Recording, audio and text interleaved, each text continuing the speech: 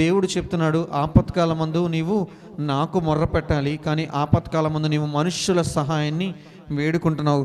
దాన్ని బట్టి నీవు మరి అధికముగా నా ఎదుట అతిక్రమములు జరిగించిన వాడదానివవుతావు అని దేవుడు నీకు చెప్తున్నాడు. ఈ దినమున దేవునికే నీ సమస్యను చెప్పుకో, మనుషుల దగ్గర కాదు.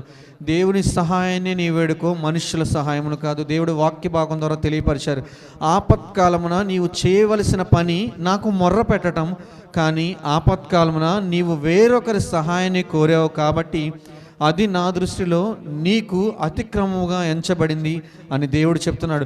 ఈ దినమున నీ కష్ట సమయంలో నువ్వు ఏం చేస్తున్నావు, నీకు బాధ కలిగినటువంటి సమయంలో నువ్వు ఎవరి చెంతకు వస్తున్నావు అన్నది దేవుడు మనకి వేస్తున్నటువంటి ప్రశ్న.